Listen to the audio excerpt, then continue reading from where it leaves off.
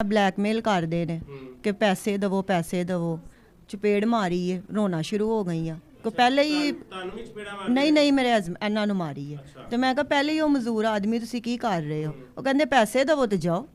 ਭਾਈ ਬੱਚਿਆਂ ਦੀਆਂ ਧਮਕੀਆਂ ਲਾਉਂਦੇ ਨੇ ਸਾਨੂੰ ਧਮਕੀਆਂ ਲਾਉਂਦੇ ਨੇ ਕਿ 5 ਕਿਲੋ ਦਾ ਪਰਚਾ ਦੇ ਦਾਂਗੇ 4 ਕਿਲੋ ਦਾ ਅਸੀਂ ਨਹੀਂ ਦਫਾ ਕਿਹਾ ਅਸੀਂ ਤੋਬਾ ਕਰ ਲਿੱਤੀ ਪਰ ਉਹਨਾਂ ਨੂੰ ਯਕੀਨ ਨਹੀਂ ਆਉਂਦਾ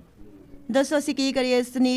ਸੁਨੀਲ ਨੇ ਤਾਂ ਬਹੁਤ ਜਾਸਤੀ ਕੀਤੀ ਹੈ ਰਕਸ਼ੇ 'ਚੋਂ ਵੀ ਮਾਵਾਂ ਖਿੱਚ ਕੇ ਲਾਇਆ ਕਿ ਅੰਦਰ ਚੱਲ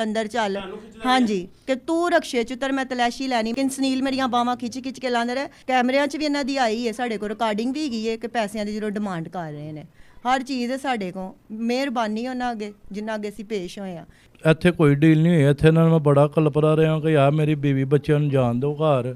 ਪਰ ਇਹਨਾਂ ਨੇ ਕਿ ਨਹੀਂ ਬੀਵੀ ਨੂੰ ਨਾਲ ਜਾਣਾ ਹੈ ਸਰ ਅਸੀਂ DIG ਸਾਹਿਬ ਫੈਸਲ ਸਾਹਿਬ ਕੋ ਗਏ ਆ ਉਹਨਾਂ ਦੀ ਮਿਹਰਬਾਨੀ ਹੈ ਕਿ ਉਹਨਾਂ ਨੇ ਸਾਨੂੰ ਰਿਲੀਫ ਦਿੱਤਾ ਹੈ ਇਹਨਾਂ ਦੇ ਖਿਲਾਫ ਇਨਕੁਆਇਰੀ ਲਾਈ ਹੈ ਤੇ ਅਸੀਂ ਚਾਹੁੰਦੇ ਹਾਂ ਕਿ ਇਹਨਾਂ ਨੂੰ ਜਲਦ ਤੋਂ ਜਲਦ ਇਹਨਾਂ ਦਾ ਫੈਸਲਾ ਕੀਤਾ ਜਾਵੇ